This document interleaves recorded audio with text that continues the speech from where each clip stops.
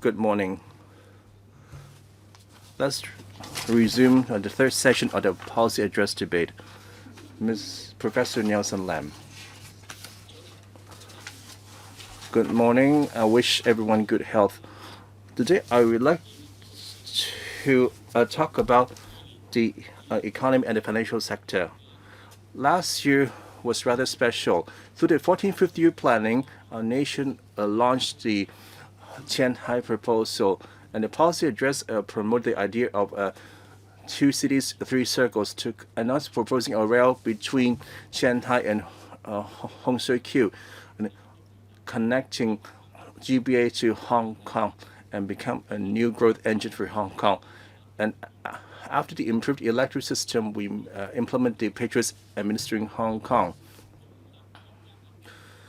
And on the theme of integrating international development, stressing that Hong Kong is on a new platform for economic development, and mentioned that the financial industry is one of the key pillar industry. Of the four pillar industry, the financial services in 2020 made up of 1/4 of the GDP, of the highest potential of all four industries and most critical to Hong Kong. On the 14th Five-Year Plan, the PA proposed multiple initiatives, and I would like to offer my own suggestions.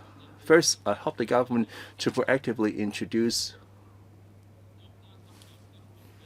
a national level financial institution, for example, Asia Development Bank and AIIB, and set up subsidiary in Hong Kong in order to enhance our status as a financial center. 5 years into formation, the AIIB invested 600 and the investment of over $22 billion.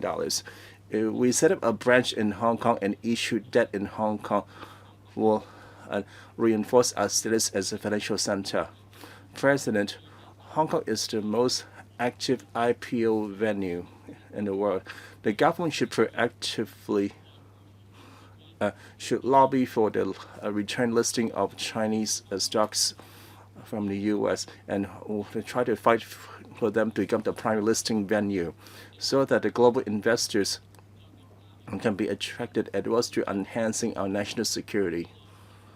And furthermore, our government should develop our position as an RMB offshore hub and launch a series of related products to reinforce our asset management offerings.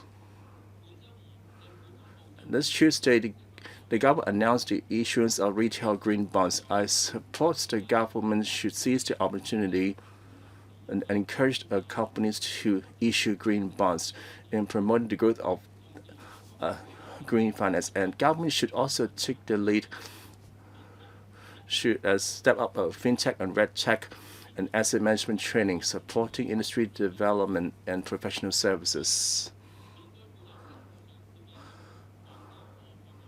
While the GEM has long been in the listing, we need to reform the GEM.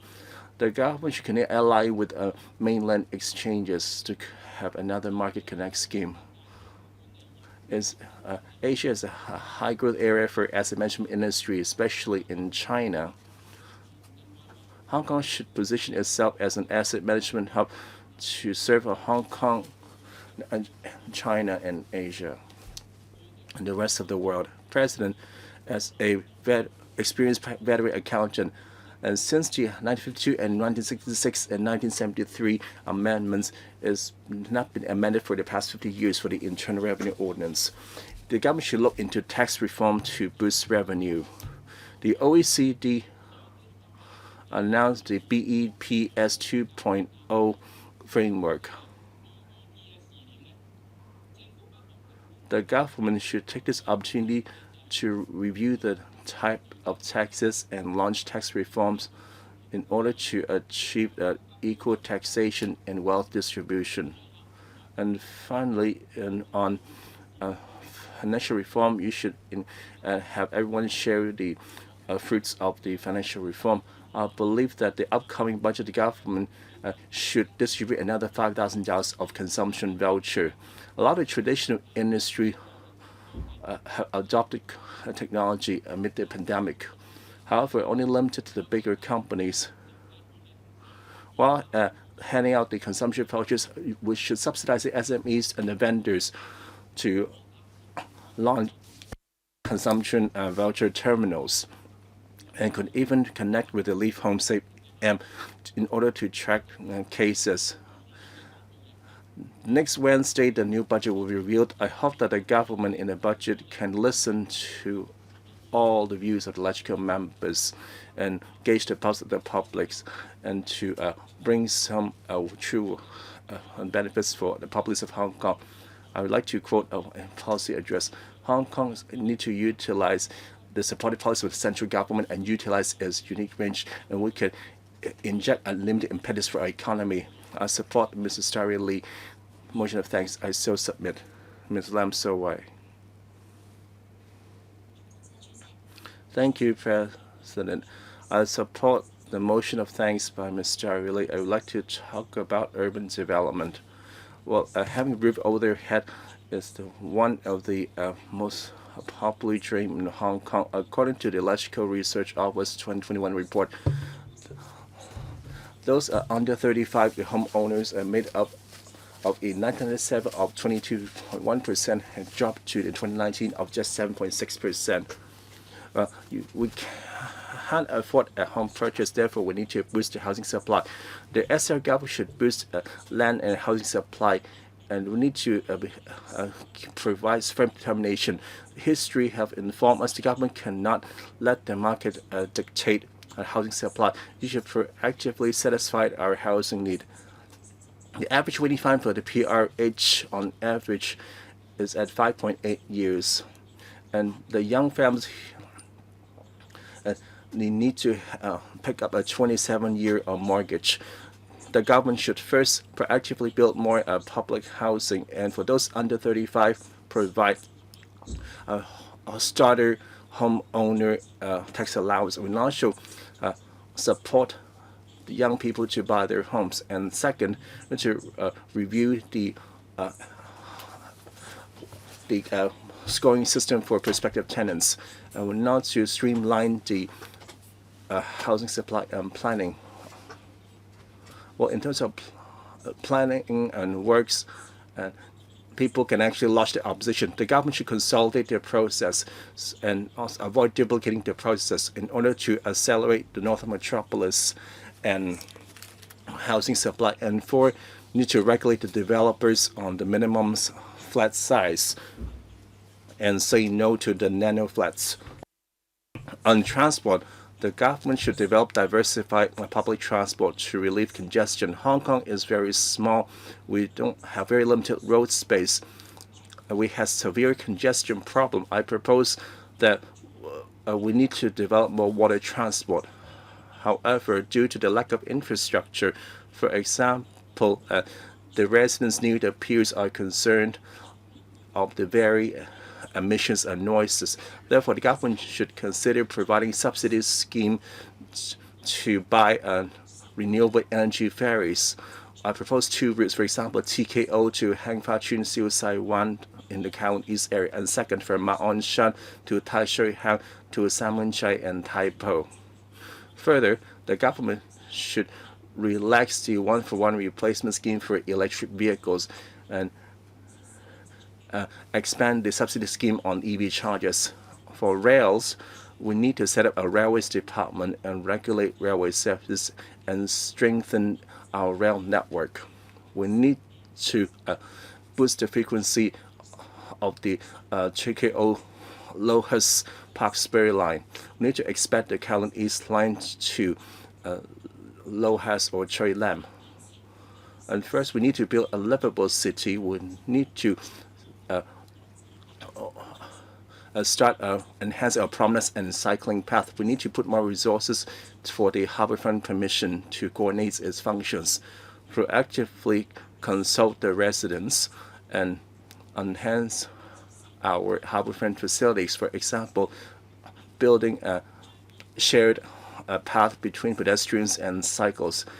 The Chung Kwan O promenade should extend to Yamate to Yanton, connecting Kuntong and Kai Tak Promenade for a conductive feasibility study to create another centerpiece on the harbor front. It's time for Hong Kong to radical reform our urban planning. I so submit. Ms. Salis-Mack.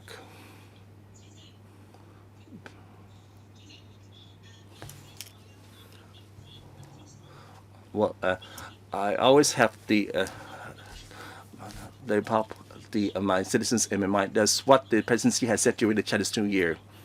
Well, what do the citizens care about, and do the population understand, or they still applying the same old logic, or they still stick to their procedures and become bureaucratic and waiting for time to pass? Well, at this time of the epidemic, the government should review and comprehensively on the policies. Well, during the pandemic, the topmost priority will be beating back the virus, especially the public are living in their own buildings. There are a lot of lockdown operations. During the pandemic, the property management workers are having a heavy workload. On behalf of the FTU, I would like to thank those frontline security workers and the cleansing workers. At this time, they need to implement a lot of measures. And amid the COVID-19, our housing crisis is exacerbated. Some of the anti-epidemic measures are affecting the different social strata. In the past 2 years, the FTU have visited a lot of the subdivided unit tenants and the grassroots. Well, let's not talk about the children have the right equipment to go for online classes. They are living in appalling living conditions. When we need to stay at home, those living in the SDU cannot really stay at home. We not have enough hospital beds, and a lot of people are waiting to be admitted to hospital in their own home. For the SDU units, well, you can imagine how appalling and how risky it is for the residents to waiting for a hospital bed. Well, after 5 to 6 years, the government finally adopted a suggestion on tenancy control on SDU. Well, the public officials should not just visit SDU tenants during major festivities. Right now, we need to speed up on certain things. For example, in the policy address, it proposes to find more land for housing, including Northern Metropolis and the Central Waters Artificial Island. The FTU support this proposal. We advocated for a multi-pronged approach for more land, and we need to take forward them concurrently. Well, according to the Brownfield study, there are about 1,500 hectares. About 803 of hectares are currently in the new development areas that are being implemented. Should we first deal with the brownfield sites, for example, offering a good compensation package instead of starting the process after the OZP is gazetted?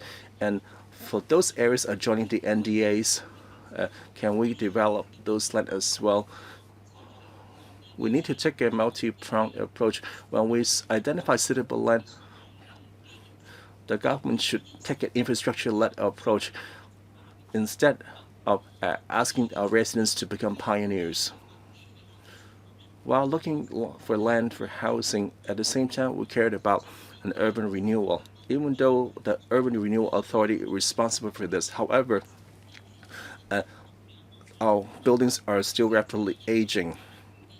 Our population and our buildings are aging at the same time. For the past decade, the building aged 50 years or above, there are about 3,900 have shot up to 8,600, and it was increased by 500 every year. By 2030, the number will reach 17,000. However, the government only managed to redevelop 100 buildings per year. We need to speed up urban renewal. I know the URA is considering lowering the threshold for compulsory auction. However, most importantly, we need to remove all the obstacles. Apart from collaboration between URA and private developers, we should allow the same for Hong Kong Housing Society and Housing Authority. We should go for massive and big-scale, large-scale replanning and reconstruction. And we can also build more PRH in the urban area to meet the demand. I introduced in the past 2 private bills, one on utility bills charged by landlords. And it was only passed in 2021 by this council. Last year I introduced another bill on planning of urban promenade. I'm glad that in the policy address my suggestions were taken up. There's now no objection of implementing the enacted bills, and the Secretary has been asked to follow up the matter. I hope concrete measures will be implemented to follow up the matter. The utilization rate of promenade space is very high. I don't want the works and developments along the waterfront to be affected by competing use. I hope the government would update relevant laws to move ahead.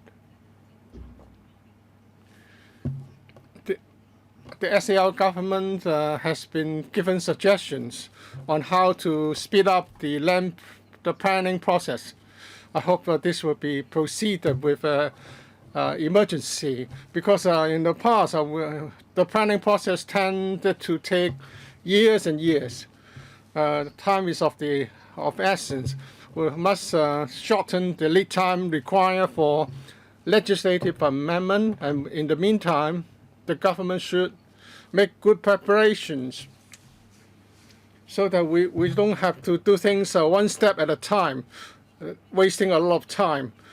Hong Kong has returned to the motherland for 25 years, and if we do not catch up with to solve the problem of housing and land supply problems, the problem will just get bigger and bigger.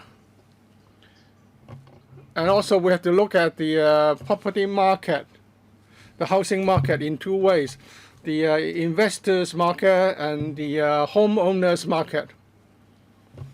Singapore has adopted very good policies to ensure that home buyers can buy their homes much more easily. There should be a proper segregation for the two, and housing should not be a speculation market. And we should also try to change people's mentality that the property investment is a tool for creating wealth. Your time is up, Ms. Mack. The policy address proposes to develop the Northern Metropolis. I have 3 points to make here. For the coming 20 years, we should fully implement this Northern Metropolis program. This is a question of timetable. My worry is that we should go much more quicker to tie in with the GBA development. Because of the black violence and the 5th wave of the epidemic, we are facing some risk, but we are going to see opportunities soon, and development is our main theme.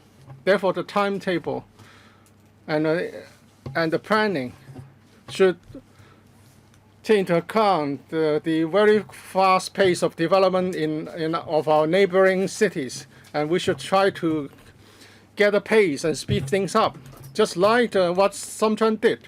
They said time is money, And also we should go for a mixed mode of development as proposed in the policy address. I support this.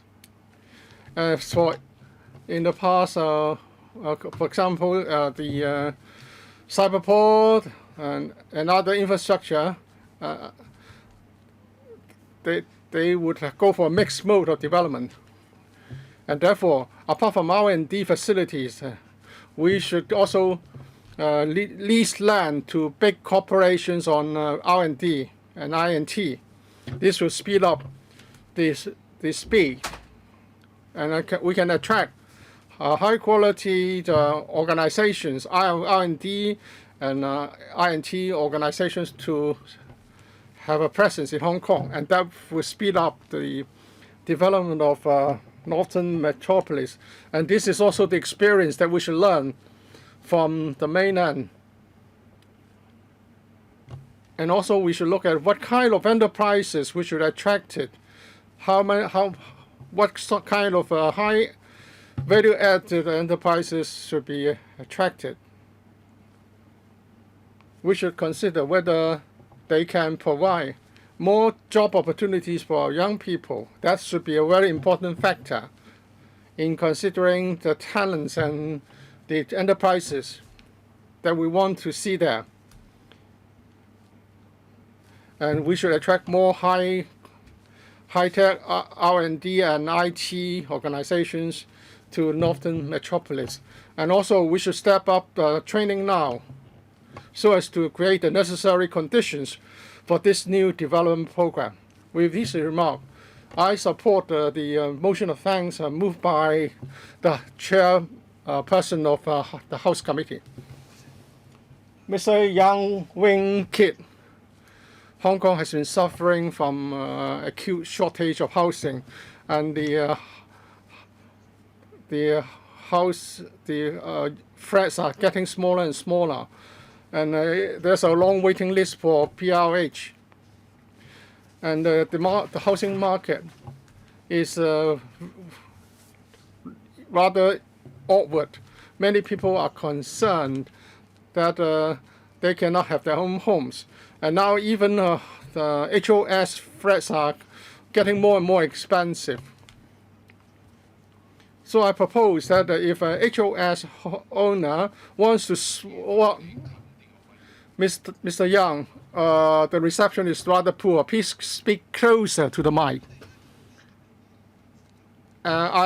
They will be given a white form qualification so as to invigorate the HOS market for those who want to switch and buy a bigger HOS unit, which also deal with the problem faced by subdivided flats.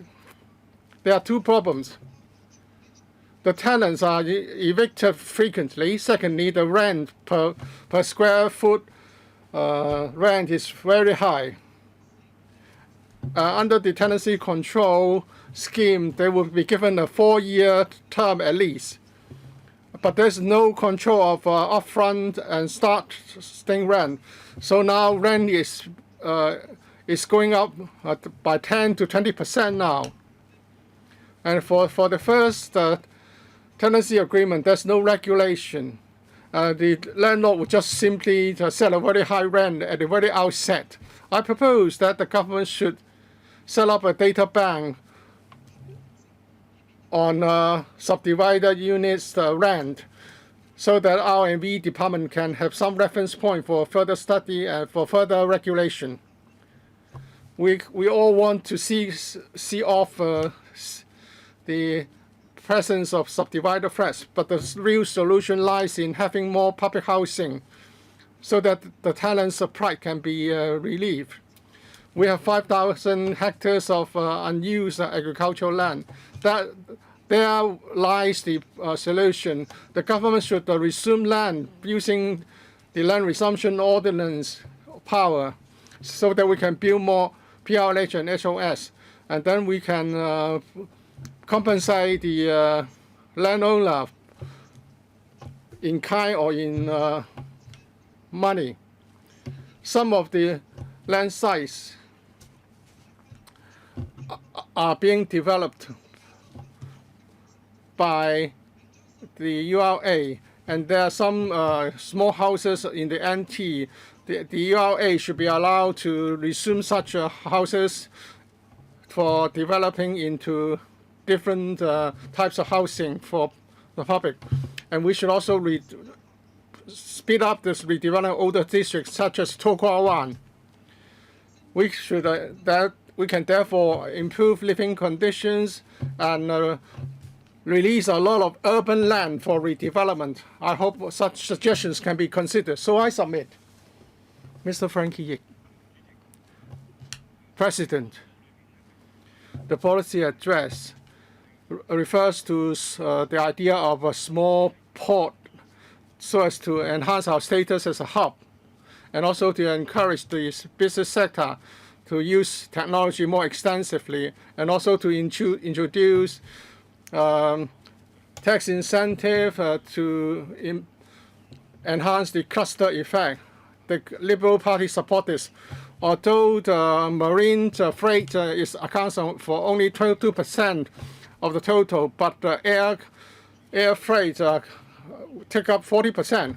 I think the Hong Kong Airport Authority should enhance its collaboration with Zhuhai so as to enhance our airline network and our status as a hub.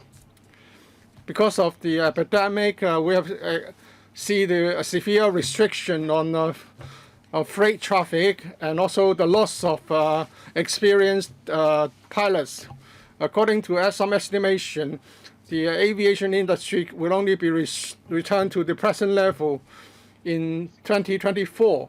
Therefore, adequate support should be given to the industry so that when the third runway is commissioned in 2024, there will be sufficient service provision to strengthen our status as a transport hub. And the policy address also talk about the Northern Metropolis as a center for innovation and technology. We support this. With the development of the global digital economy, this is not a bad idea. But with the dual circulation idea promulgated in the mainland, we are in a good position. We have a very good and established transport network. We are a very important entry port. So in order to better integrate ourselves into the national development, Hong Kong must have a good logistics industry to support this. But the policy address is silent on the land for the logistic industry. And therefore, the industry relies very heavily on brownfield sites. But these brownfield sites are being resumed for other developments, and the land is getting scarce and scarce. And there was the idea to accommodate these logistics operators in multi-story buildings. But now this is not fully implemented, and many operators would cease operation after the land is resumed. I think the government should ensure that they will be properly accommodated before the land is developed, to ensure that we have the relevant backup operators. And North NT and new towns will be planned, and Mancam told the boundary crossing points facility for fresh goods would be relocated to Hung Yuen Wai. Hung Yuen Wai and Sam Chun Bay would be mainly for cargo travel, but Hung Yuen Wai is smaller than Sam Chun port in terms of capacity, and because of the lack of manpower, we are seeing long queues of trucks waiting for clearance. Better planning is required in order not to impede the cross-boundary transport. Many truck drivers are deterred by the very strict COVID control measures, and they would just switch jobs. And because of the recent 21-day quarantine period required for truck drivers, we are seeing a serious shortage. We only have 7,000 cross-boundary truck drivers, and the average age is getting higher and higher. The SAR government should try to work out something with the mainland authorities on this. And Hong Kong residents with driving license should also be exempted from examination, and they can apply to become such truck drivers, and that should be extended to heavy vehicles other than cross-boundary lorries, river stream vessels. Also, because of the anti-epidemic measures on the mainland, they have also been affected, and the capacity has also been seriously affected. And therefore, in order to become the mainland logistics center, we will first have to deal with this problem. These are my remarks. Mr. Chan Chen-ying. President, the Chief Executive. President, in October last year, the Chief Executive announced her policy address, so that this is the first policy address since the change in Hong Kong, so that we are now on the right track and we have good governance and so on. And 4 new emerging centers will be set up. That is also a new blueprint for Hong Kong to be integrated into our country's development. Other than identifying our role and also our position, that would also involve some new mindset, and if it's successfully implemented, we will be able to seize the opportunities for development.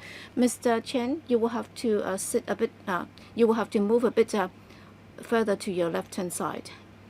Okay, so the financial sector as the pillar of Hong Kong's economy, we have always played the role of enabling capital to flow into Hong Kong and go into the mainland. And therefore, the policy address said that we will have to enhance Hong Kong's status as an international financial center, and that has been given top priority. Both ourselves and the financial services sector will work together to consolidate our status and also to expand our role in expanding to RMB's trading. We will also promote the use of RMB in settlement and so on. In fact, many of these programs have been in place so that mainland capital would be able to invest into overseas markets under control, and that would also enable overseas investments to go into China. And the average turnover has also been increasing, and cross-boundary wealth managing services have also been rolled out last year, and we will also be able to settle transactions via RMB, and that would give more choices to the investors, and more capital will be attracted southwards, and that would also increase the pool for offshore RMB, and that would also enhance Hong Kong's role as an offshore RMB center. Still, digital RMB is also very important, and therefore the Monetary Authority is doing a lot of research. I would suggest that at the wholesale level, we would also have to work on that. In order to attract more family-based businesses to come to Hong Kong, we would also have to increase Hong Kong's status as a wealth or asset management center. By the end of 2022, we have already got some 3.5 trillion 3.5 trillion Hong Kong dollars worth of such assets being managed in Hong Kong, and therefore is a growing sector.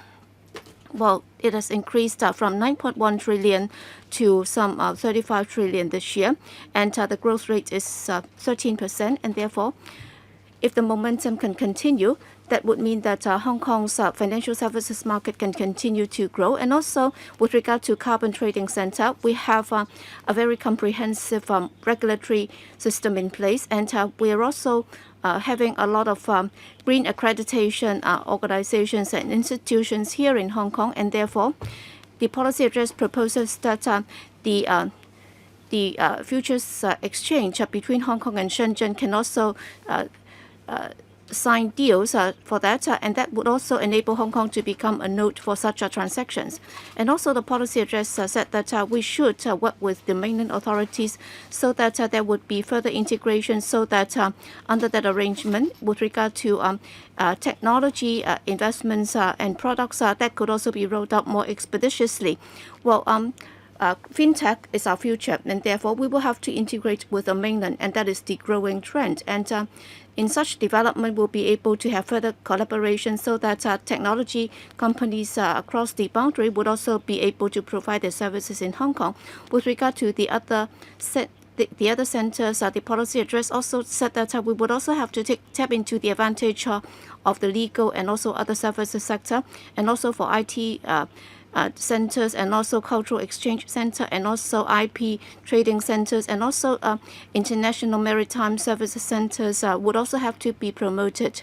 So that would also achieve three very important objectives. That is, our country will be able to move towards high value development, and these measures would also help Hong Kong expand the connectivity between Hong Kong and other markets, and therefore we can also transform ourselves into a higher quality center. We would also be able to tap into the advantage of our country moving towards high IT, IT, and therefore we will be able to complement each other.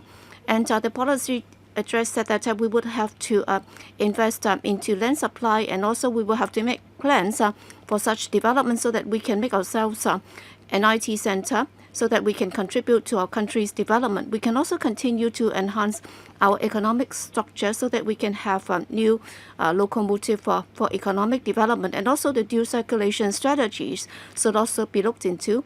And we have always been at the core of such developments, and the policy address said that we should develop our smart ports so that our professional services can also be tapped into. And we should also adopt targeted measures in promoting this. And we could also become a core function city in the Greater Bay Area. We can also liberalize investments and convenience such facilities and so on, so that we will be able to do an even better job.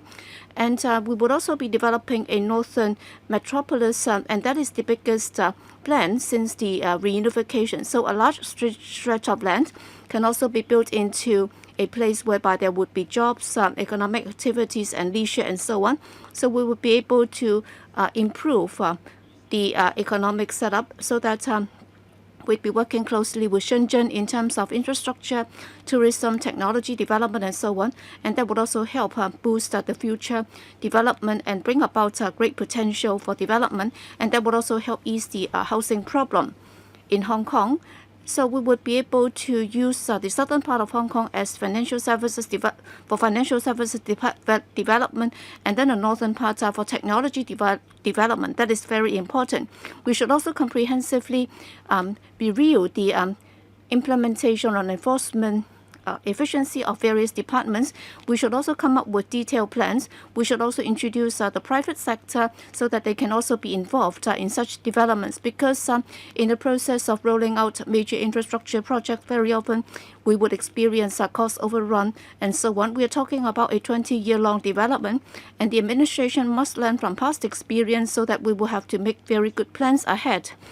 And the administration has also talked about the revamping of government structure, so that instead of having 3 plus 12 bureaus, we are going to expand it so that we will have 13 bureaus instead. I would welcome that, because that is also in line with the long-term expectation of the community. There has been criticism about the cumbersome government structure and also the duplication of work. And also individual policy bureaus have been overloaded, and the THB is one example. And therefore, after the revamping, they will be able to work on their specific areas, and then the Housing Bureau will be able to work on its own policy, in particular in the Northern Metropolis. It will be supported by the community. Yes, they have responded to voices in the community, yet the Secretary already explained that the merger may not be a good idea, and there might be other problems, and therefore we will have to enhance the roles played by the respective bureaus, and we will have to ensure that after the revamping, the result will be better. looking ahead, the biggest development opportunity globally will be in China. And therefore, with the 14th Five-Year Plan and also the TNI program and so on, all these will show that our country is supporting Hong Kong fully. And therefore, we will have to identify the role that can be played by Hong Kong in the country's development that would also be conducive to the contribution that we can make to our country's development. The policy address said that we would be opening up more opportunities, and it's very aggressive, and we are prepared to improve people's livelihood. And that is a brand new governance blueprint. And if all the initiatives can be implemented, we are going to have a better future. And therefore, I support the policy, the motion of thanks motion. Mr. Ben Chen, President, I support this motion of thanks debate. And on the segregation of the policy bureaus, so that the THB and the Development Bureau will be revamped, because before the work has been duplicated and uneven. We understand that the development of the THB has been lagging behind, and as pointed out, Hong Kong's logistics industry over the years has experienced some bottlenecks, in particular in our strength areas. We have not been able to develop them fully. For example, we have seen that our container industry has seen a slower growth, and therefore I've been suggesting that we should relocate our container terminal, because our container terminal has been in use for over 4 or 5 decades, and the operation might have enabled container vessels to load and unload containers. Still, there is a shortage of space. Just take a look. Despite the fact that the container terminal is located in Kwai Chung, but then for the backup land is all located in the northern part of the territory. And therefore, the logistics sector cannot develop fully. Yes, the container terminal is in Kwai Chung, but then we have a lot of container yards in the northern part of the new territories, and therefore it has to be relocated. By relocating it, that would also release more space for the container industry, and also it would also release more land for housing development. At present, if you look at the container terminal, there's a lot of backup site which has been left idle without sufficient utilization. If we are able to relocate it, then some of these sites can be released for other developments, and then our housing development can also be eased. So, President, I earnestly hope that the administration can consider relocating the container terminal. These are my remarks. Professor Lau Chi-Pang. Thank you, President. First of all, I'd like to say that I support Ms. Starry Lee's motion of thanks. I'd just like to elaborate on one point. Is about land planning. Well, Hong Kong is just one city. Because of historical reasons, we have the urban area and the new territories. That's a historical legacy, is no longer able to catch up with the needs of time. And the shortage of land has been one of the problems that we have been experiencing. And a lot of elites, including those enthusiasts as well as lawmakers, have been trying their best to identify sites in the urban area so that we can have further developments. For example, even parking spaces have been mooted as one of the options. We are getting more and more helpless. Well, Hong Kong as a city has been divided in such a way that certain parts of the area cannot be used. So it's like the council meeting. If we don't have meetings in the chambers, then we will be squeezing into room 1 on the second floor. So that's what's happening in Hong Kong. With regard to the proposal to develop the Northern Metropolis, I welcome that. It shows that the administration has indeed taken into account how it can make better use of the vast piece of land in the new territories. But then the thing is, how are we going to develop the Northern Metropolis? I think the administration is giving us a very abstract idea about this, and apparently it's going to be developed in a very arbitrary manner. So apparently they would just put on the label of IT on several strips of land, and that's it. My question is, well, for the area of the Northern Metropolis, how are they going to deal with it? Is it that we can only use it for IT? Well, we talk about the southern part being used for financial services, and then the northern part for IT and so on. In fact, whether or not it's the new territories or the Northern Metropolis, in the future, how are we going to define it? Is it going to be used for IT only? Besides IT, can we have other industries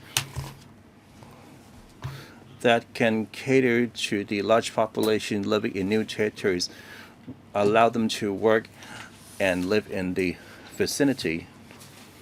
Hong Kong is already one of the key cities in the Greater Bay Area.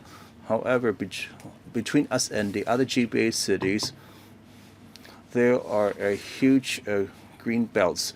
The Northern Metropolis can play a connector role between Hong Kong and the Greater Bay Area. However, can we only connect the other GBA cities through IT industries? Should we allow for any other possibilities and industries? We need to discuss this.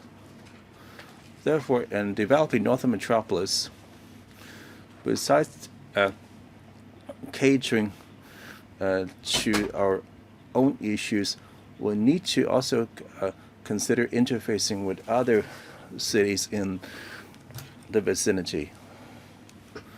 History created the dilemma we're in today. We have vast tracts of land in new territories unused, while in the urban areas are overcrowding. I'm not going to repeat the history here. Apparently, when 1819 the British leased new territories until 1997, the colonial administration came out with the strategy of separating the NT from the urban areas. While in terms of land use, there hadn't been any review and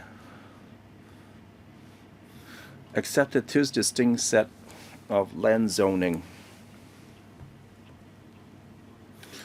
We should take advantage of the Northern Metropolis to conduct a comprehensive review of the land use of non-urban areas. I cite a past example and a current one. When dealing with the land in new territories, our predecessors in 1937 had come with a very far-sighted planning that the area north of Boundary Street and to create New Kowloon.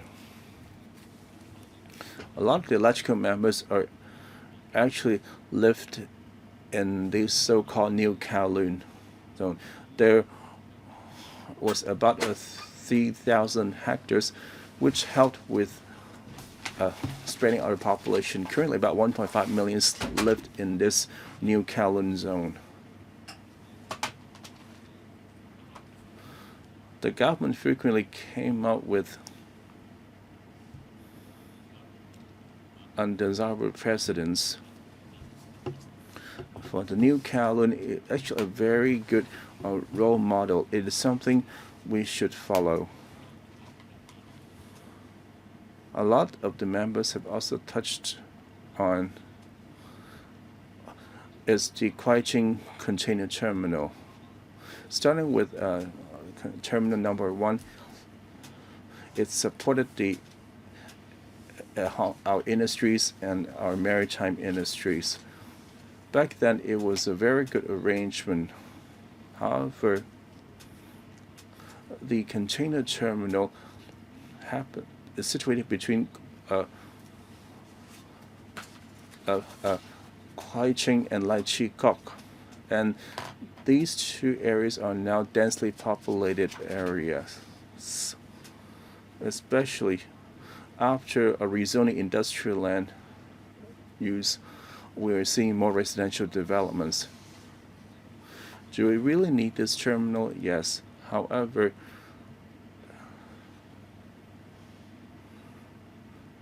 can it remain very competitive in the modern competitive landscape?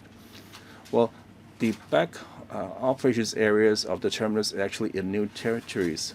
Since the container terminal is not too compatible with the surroundings, can we relocate the terminal while we can develop the former terminal site? This will take very long time, as the Northern Metropolis will take 20 years. On discussion of relocating the container terminal, we need to discuss it as early as possible.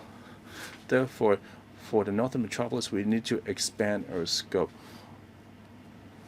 We also need to look into the relocation of the container terminal. I so submit. Mr. Rockchan. President, I need to make a declaration as my company engages in the financial services. The fifth policy address focus on the future economic development and integration into the national development. It may create a lot of long-term planning on many aspects. The fifth wave is gripping Hong Kong, and lots of industries are under great stress. I'd like to cite two areas, for example. Well, due to the epidemic prevention measures, a number of multinationals have relocated their APAC headquarters or some of their staff to Singapore, and this trend actually accelerated.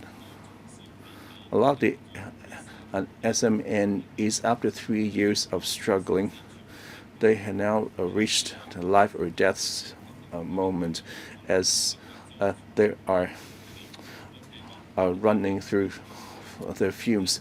They plan to close out at the second half of this year or next year. In a short time, these companies will not be a part of the economy.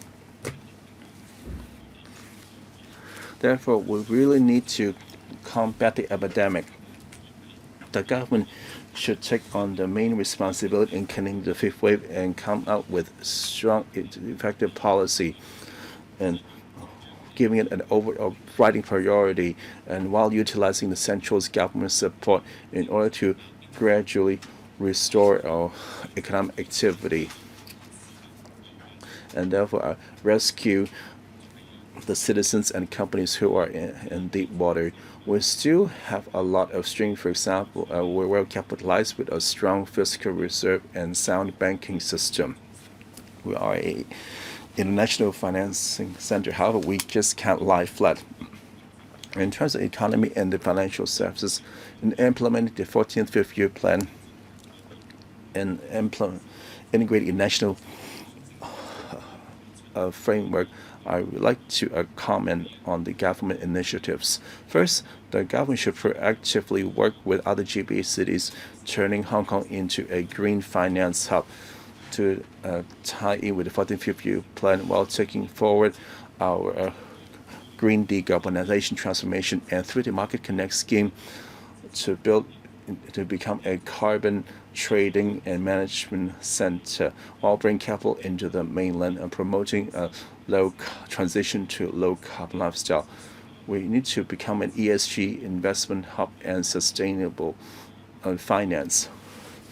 And the HKEX have enhanced the listing system for overseas issuers and launched the listing regime for the SPACs. These all help to reinforce Hong Kong's status as the premier IPO destination, which is commendable. Thirdly, we need to implement the southbound trading of stock connect scheme of trading in renminbi to further diversify our offshore renminbi offerings. And fourth, with the U.S. Federal Reserve would enter an intensive rate hike cycles, the regulators will need to control the market risk to ensure that financial institutions and the intermediaries are well capitalized. And also, the market maintain highly liquid and effective and orderly operation of the markets. I support the motion of thanks. Ms. Starry LEE. Thank you. Mr. Robert Lee. In the grip of the fifth wave epidemic, we need to stand in solidarity. I would like to thank the healthcare sector staff and the frontline and the back office workers to proactively combat the epidemic so that we can address the impending crisis. A lot of the members came with very constructive advice, and the presidencies and the central government attach great importance to Hong Kong. Therefore, we should be confident that we can beat back the virus and we can restart our economy and we can go back to our normal lives. And now I would like to talk about the capital markets and our long-term competitiveness. First, I would like to thank the central people's governments and support for the long-term development of the finance industry. In the 2020 policy address of the policies to reinforce our status as a finance hub. The financial services should serve the physical economy while helping all trades to thrive and create job opportunities and improve people's livelihood.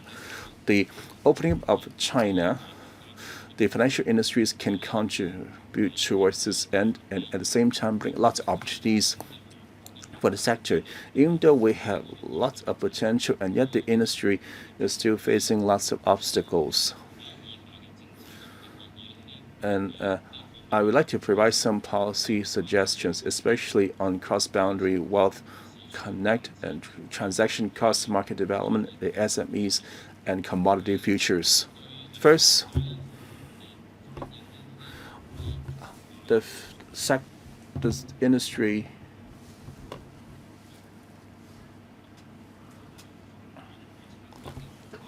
I hope that the offerings can be enhanced. Should work with the mainland governments to start discussion and allow the securities, futures, and metals and mutual funds to take part in the wealth management connect.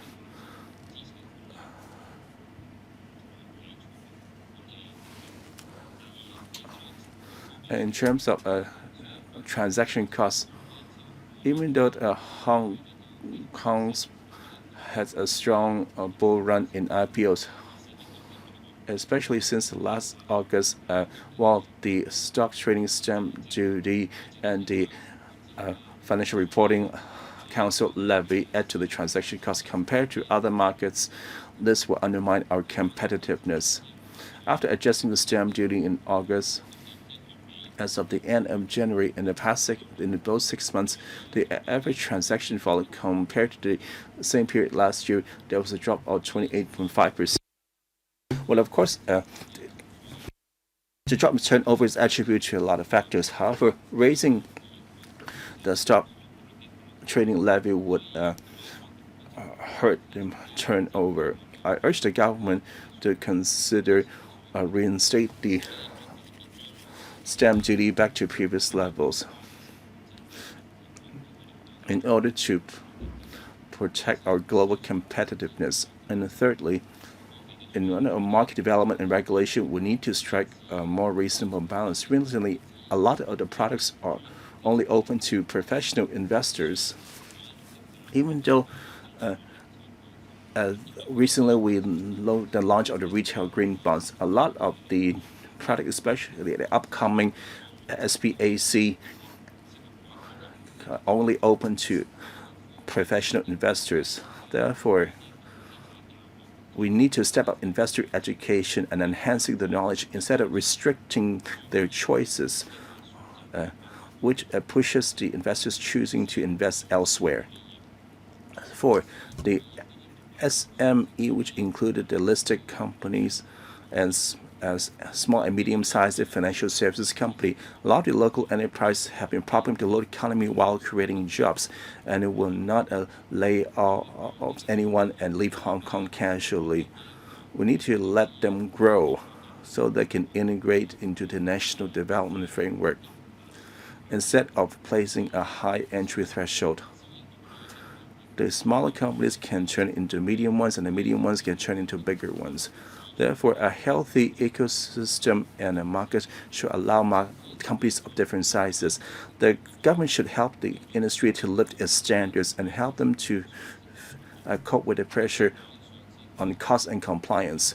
The listed company reform attracted a lot of IPOs.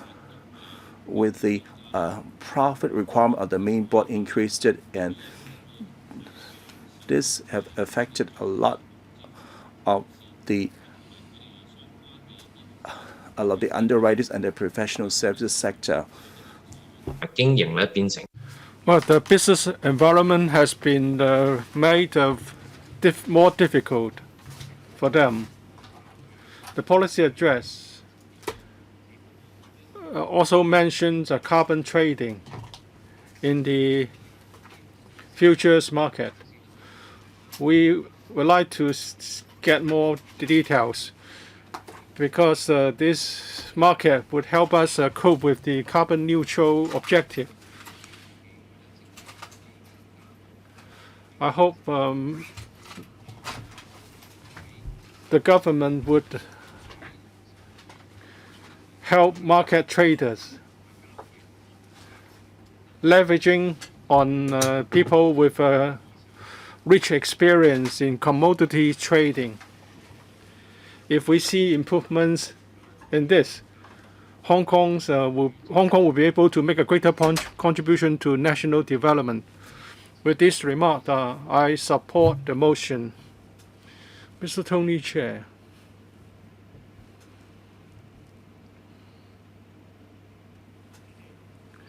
President, earlier, some cross-boundary truck drivers were tested COVID positive, and the Mainland tightened the measures for cross-boundary transport, and as a result, vegetable prices soared.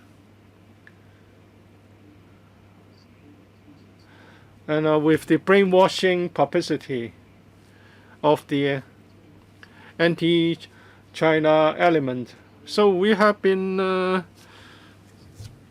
given a lot of misinformation, saying that they are suggesting that the goods from the mainland are of inferior quality.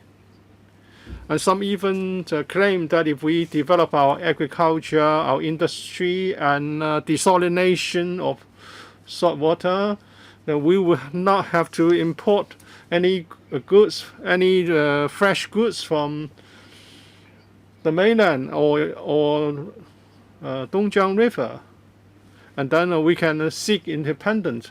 But you can see from the recent short duration suspension of transport has resulted in so many problems. So you can see this is just a pipe dream.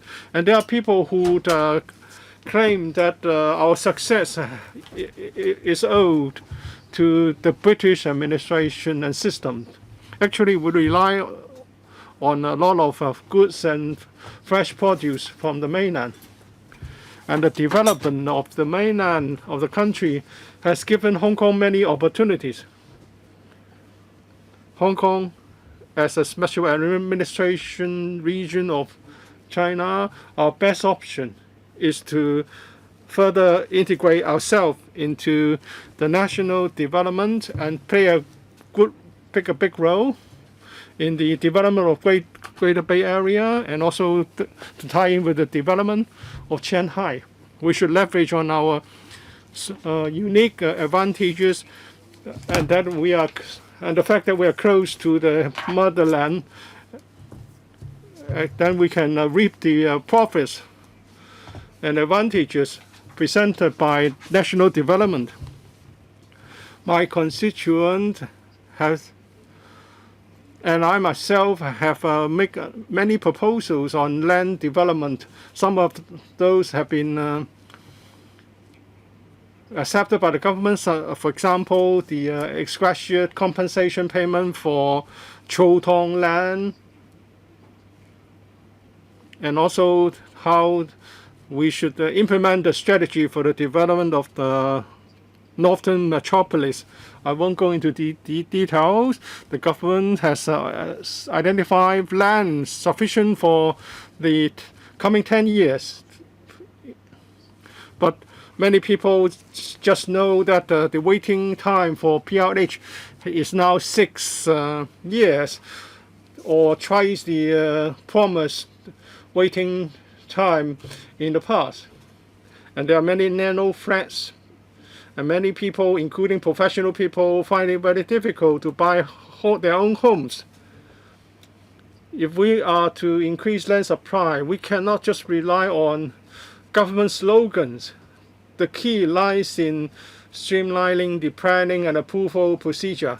Some 10 years ago, when I was first elected as a member here in this council, I pointed out that the vetting and approval processes was convoluted and time-consuming, and as a result, the professional people have to work long hours, and their compensation package was not attractive.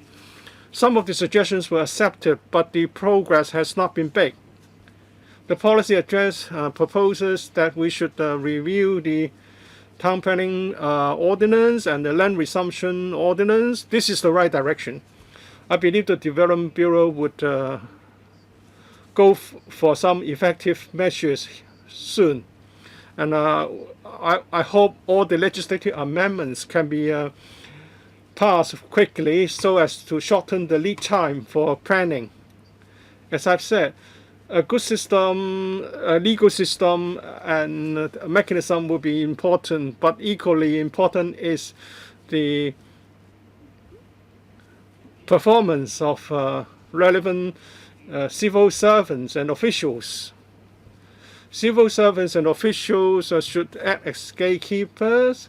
They should also be promoters and facilitators. They should be proactive in helping the planning applicants and the relevant bureaus and departments. And applicants should not be asked to go to departments after departments for approval. And there should be clear indicators for the approval process so as to make sure that resources are utilized efficiently. And we should do away with the notion that facilitating private development is just colluding with the business sector. We should all work together in identifying more sites for housing development. As Mr. Lord Wai Ling said in the New Year address, we should ride on the opportunities. We should take the initiative that history has presented. We should have vision, and we should have proper mechanism set up. And there remains a deep-seated conflicts to be resolved. And we cannot afford to be complacent. If we try to avoid the problems instead of facing them, then we'll lose our courage to be innovative. President, to address our deep-seated problems, including land and housing problems, and if we are to say goodbye to nano subdivided flats, we should all work hard together. We should come together in addressing these problems. With these remarks, I support the motion of thanks.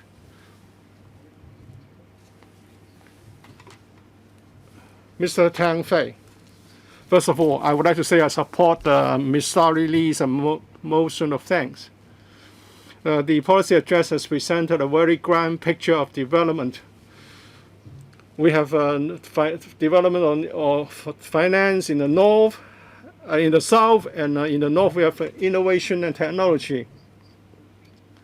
Any city with such a vision would certainly be supported by a good education system.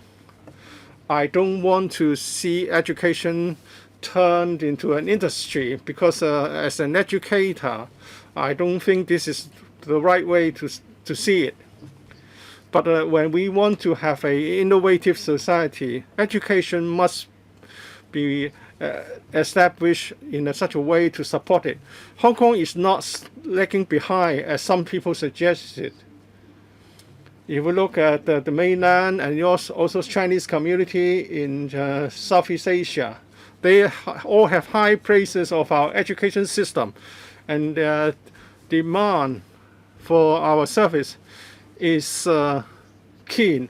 If there were no black violence in 2018, Hong Kong's education system has been highly valued internationally, and therefore our education system must be further developed to integrate into the national development, and we should go for internationalization, which attract talents to come to Hong Kong for innovation and for financial development. As a result, we would give our young people more opportunities for professional development. In the proposal to restructure the government, manpower, education will come under different bureaus. In the past, the same policy bureau will coordinate manpower and education matters. So manpower and education should be subsumed under the same portfolio so that we can enhance the quality of education in Hong Kong, and as a result, we can integrate manpower planning with education development. Whether we're talking about tertiary education, government subvented education, associate degrees, or the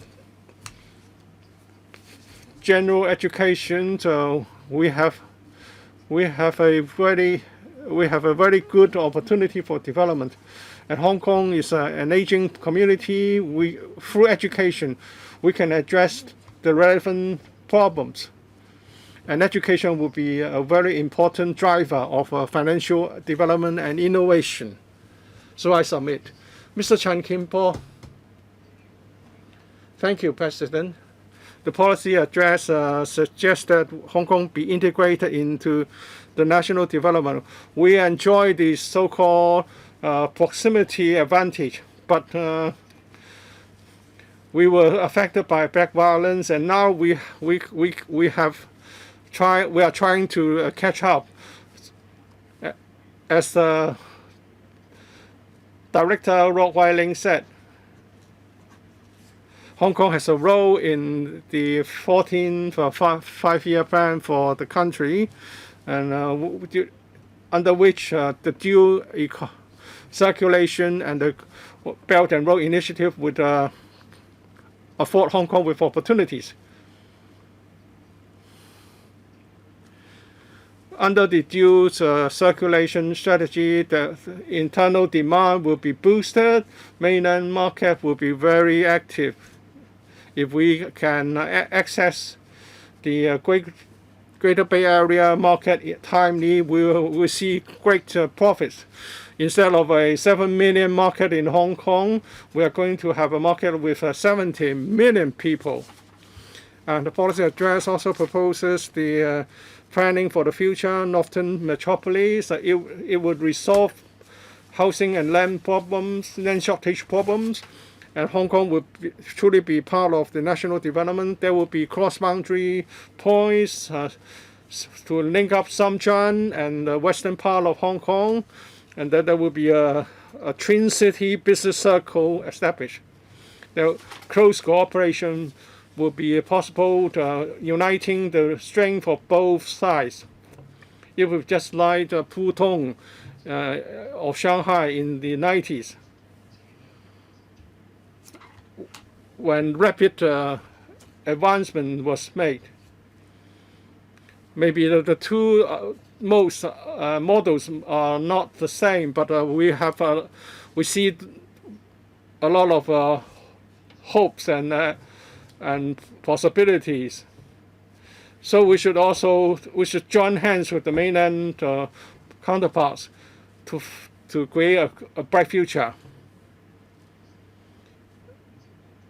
And as a result of drop in of policies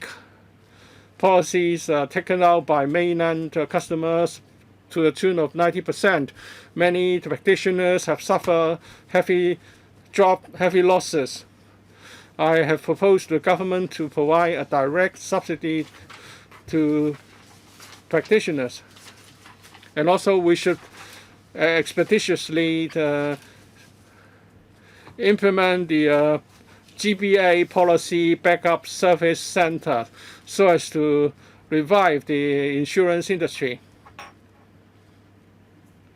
Residents of the GBA will have access as a result to a variety of policies and products, and their investment return will be much enhanced. This is a win-win situation. I hope the proposal can be implemented soon. Mr. Edward Leung. Thank you, President. One of the important themes of this round of debate is about land and housing supply. Whether it's the central government officials or the average citizens on the streets, I think the views are very similar. That is, there has been a shortage of housing land supply. This is really very heartbreaking. I'm sure many of us would like to work on this so that residents do not have to be crazy about not having their own homes and so on. So I think one of the things that has been missing in the policy address, but then many constituents have been asking this. That's about the sitting tenant scheme.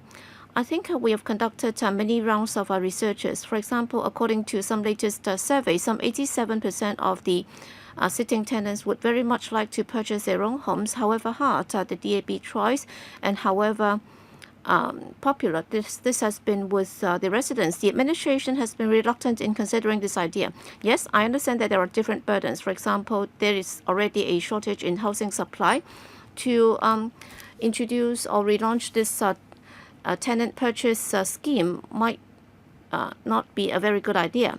But then, whatever the situation may be, I think the administration will have to sort it out so that we will be able to provide letters for the public to buy their own homes. Because of the distorted markets, property prices have been so high that to many they are out of reach, and therefore owning one's own homes other than buying an HOS flat would be for the sitting tenants to purchase their own flats. But then for a very long time, tenants have not been able to buy their own homes, and as a result, this very moderate expectation or wish has been suppressed. Yes, people might ask, okay, you have already got your own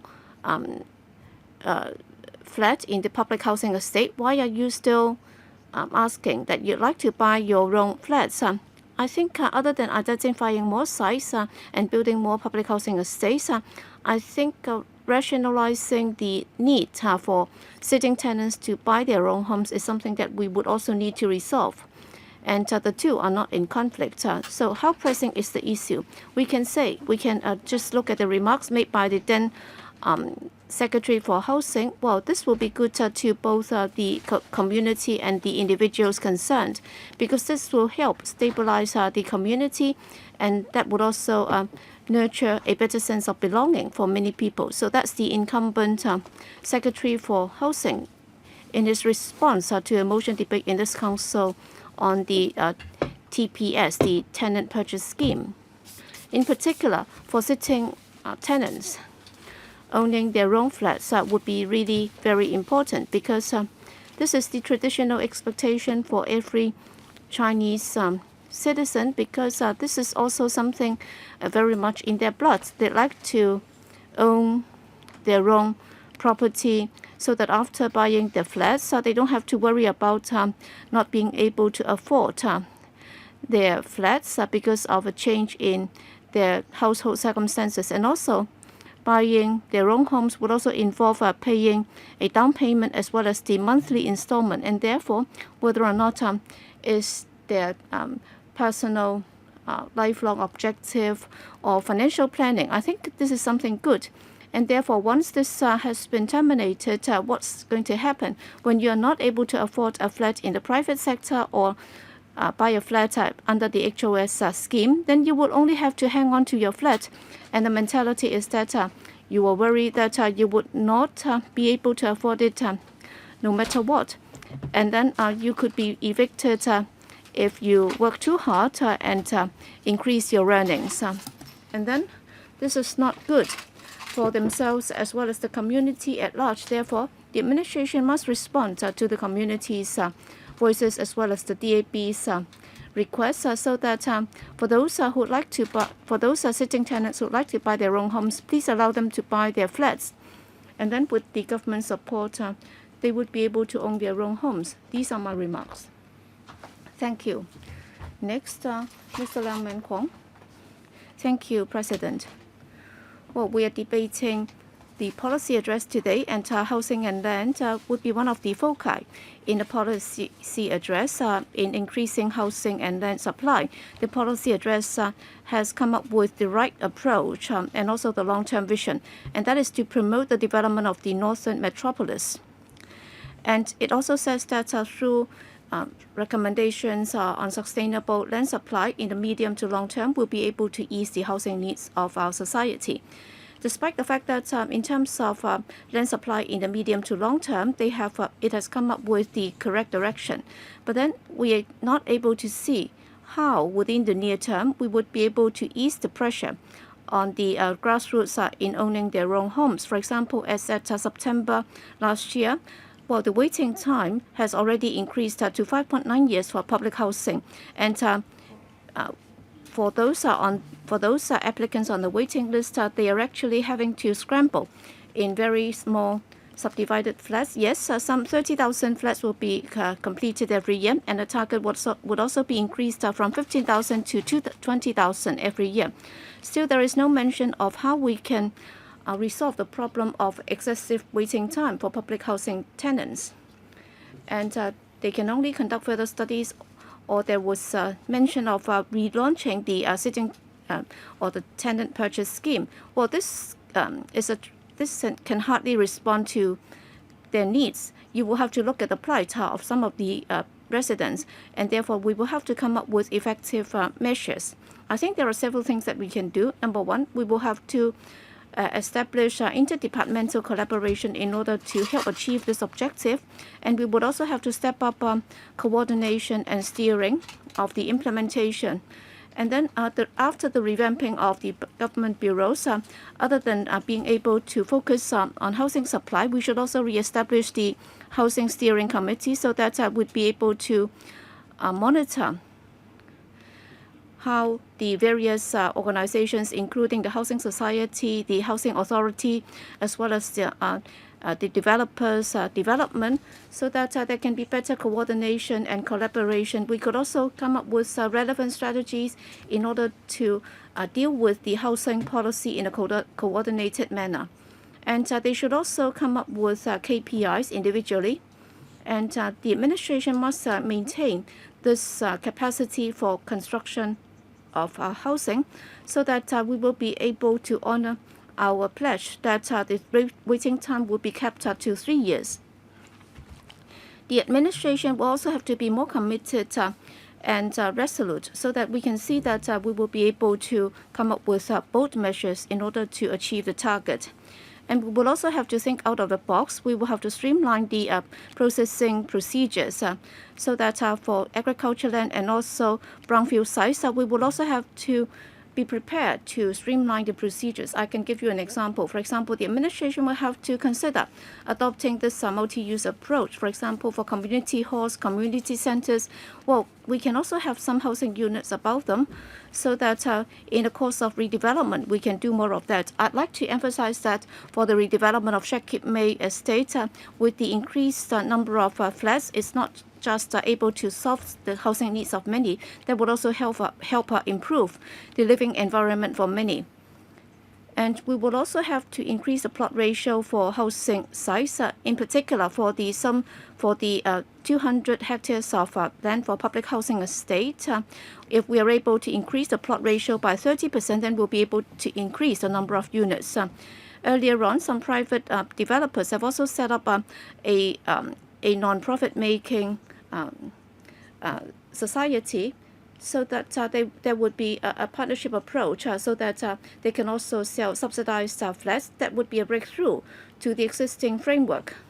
Whether or not this can be extended to other developers and other organizations, it would very much hint on whether or not the administration is prepared to give policy support in order to help expand the current housing ladder. Many people have questioned the ability of the administration to build more flats. My view is that where there is a will, there is a way. You will have to have the idea before you can resolve the problems.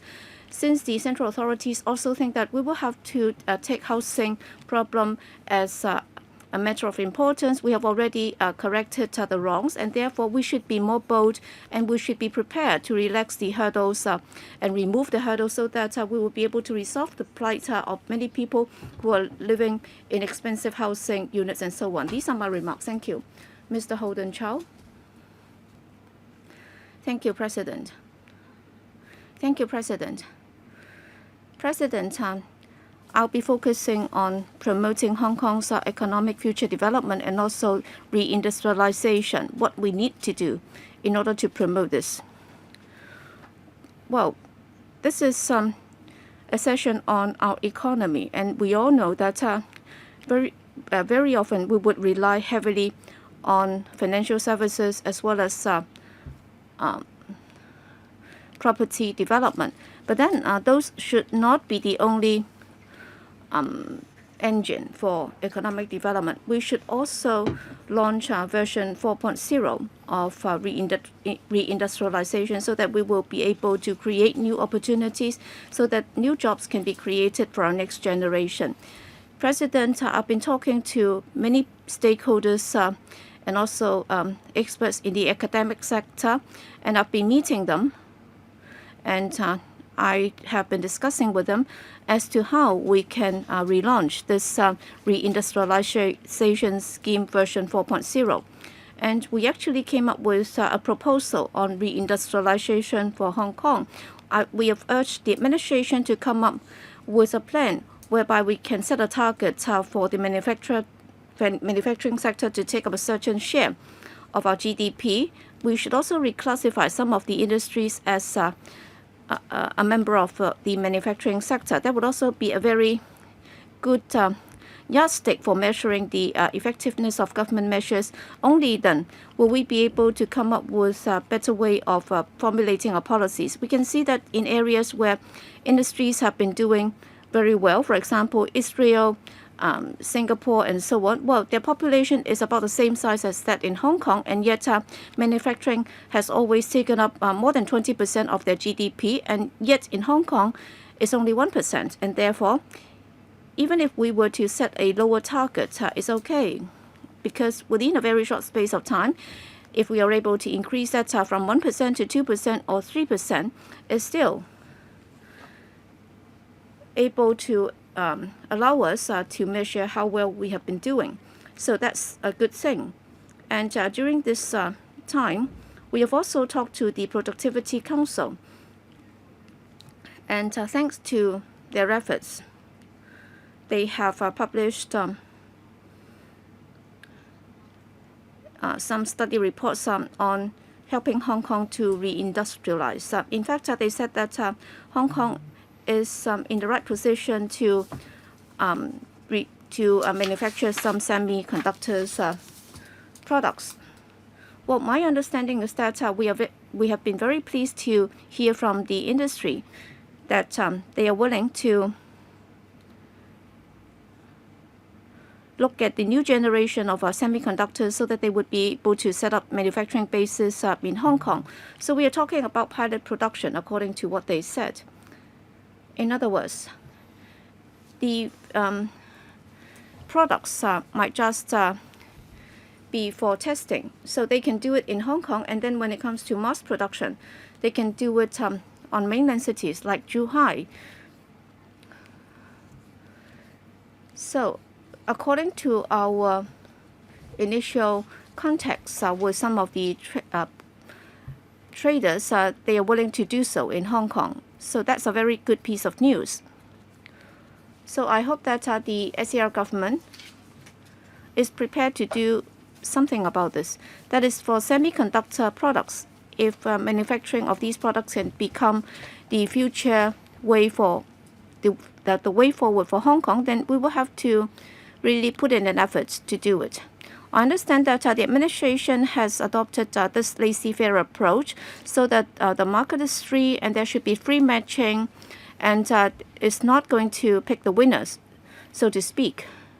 And yet, if we were to have an effective re-industrialization policy, then inevitably we will have to look at those industries with potential, and then we will try to give them support, because that has been the practice worldwide.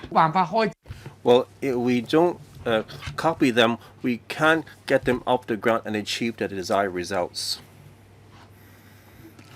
Next, the government support of the industry is inevitable and critical. I propose that the government will need to develop sufficient sense of urgency. For example, the chip manufacturing, is very capital intensive, and also we need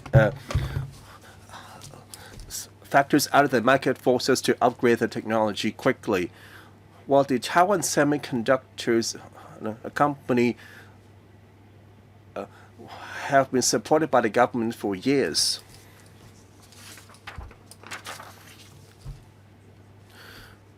Therefore, we need to acknowledge that the governments must support key industries, and I stress that to support reindustrialization, we need to match talent to industries.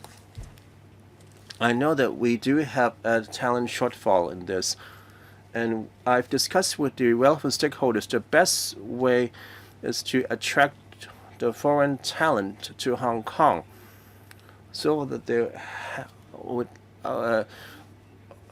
serve in those companies, while we can use the foreign talent to train our own homegrown talent.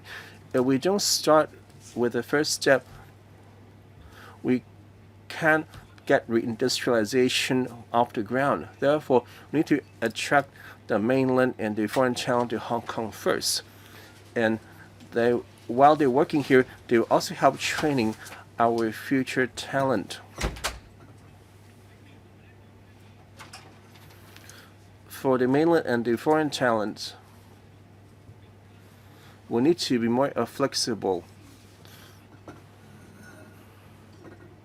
to promote industrialization.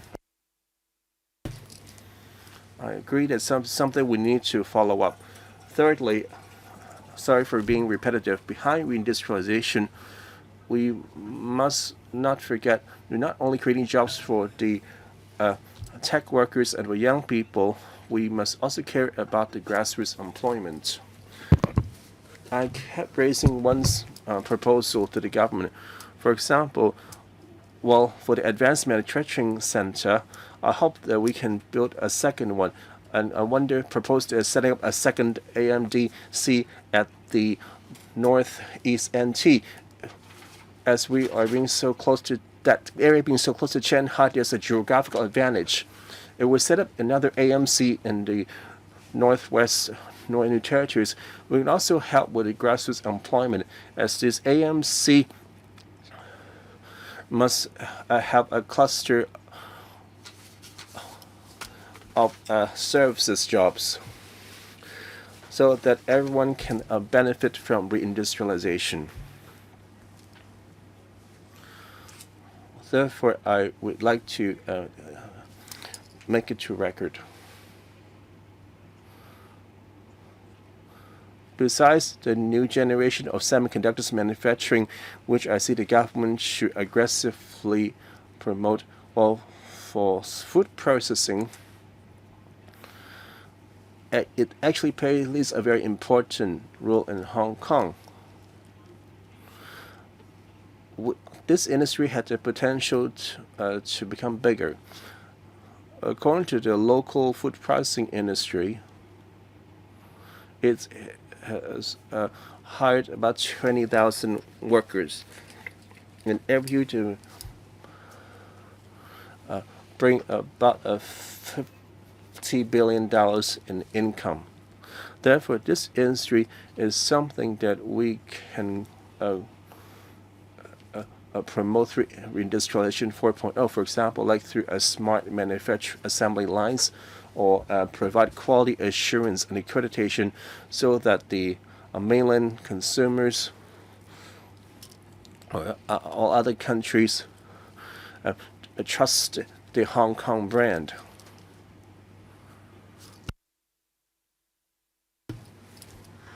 I noticed that a lot of my colleagues have provide a lot of advice in this industry. For example, like Mr. Jim Ng, he explained to me the importance of the food processing industry in Hong Kong.